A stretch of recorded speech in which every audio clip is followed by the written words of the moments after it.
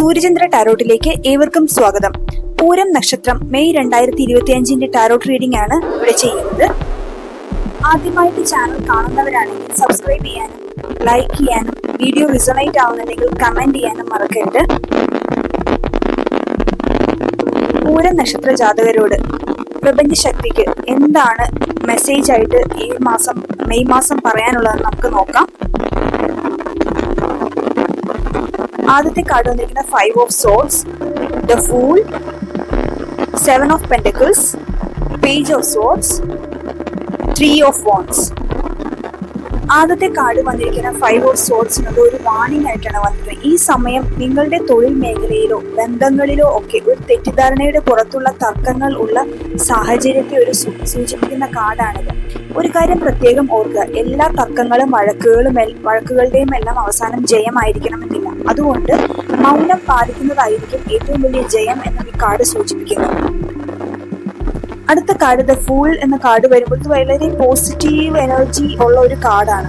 പുതിയ തുടക്കങ്ങളെയൊക്കെ സൂചിപ്പിക്കുന്നു. നിങ്ങൾ എന്തെങ്കിലുമൊക്കെ കാര്യങ്ങൾ സ്റ്റക്കായി നിൽക്കുകയാണെങ്കിൽ നിങ്ങളുടെ ഉള്ളിലുള്ള പവറിനെ വിശ്വസിച്ചുകൊണ്ട് നിങ്ങൾ ഐഡിയയുമായി മുന്നോട്ട് പോവാൻ പറയുന്നു. ഇവിടെ 7 ഓഫ് പെന്റക്കിൾസ് നിങ്ങളോട് പറയാനുള്ളത്, നിങ്ങളുടെ തൊഴിൽ മേഖലയിൽ അല്ലെങ്കിൽ പഠന മേഖലയിൽ നിങ്ങൾ ചെയ്തിട്ടുള്ള ഹാർഡ് വർക്ക് അതിന് അർഹമായ ഫലം ഉടൻ ലഭിക്കും എന്നും ക്ഷമയോടെ കാത്തിരിക്കുക എന്നുമാണ്.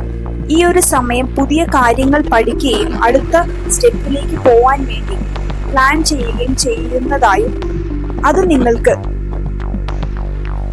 വിജയം കൊണ്ടുവന്ന് തരും എന്നും പേജ് ഓഫ് സോർഡ്സ് എന്ന കാർഡ് സൂചിപ്പിക്കുന്നു. ഇവിടെ 3 ഓഫ് വാണ്ട്സ് എന്ന കാർഡ് ഗൈഡൻസ് മെസ്സേജായി വരുമ്പോൾ നിങ്ങളുടെ വളർച്ചയെ സൂചിപ്പിക്കുന്നു.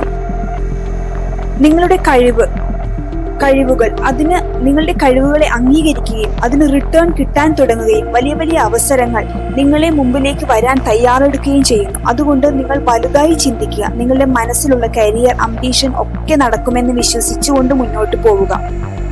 ഏതൊരു കാര്യവും നടക്കുമെന്ന് നമ്മൾ ആദ്യം സ്വയം വിശ്വസിക്കാൻ തയ്യാറാവുമെങ്കിൽ മാത്രമേ അത് നടക്കാനുള്ള ശ്രമങ്ങൾ നമ്മുടെ ഉള്ളിൽ നിന്നും ഉണ്ടാവുകയുള്ളൂ. ഇതോടെ ഈ കാർഡ് റീഡിംഗ് ഇവിടെ പൂർണ്ണമാവുന്നു. ഏവർക്കും ഒരു ശുഭദിനം ആശംസിക്കുന്നു.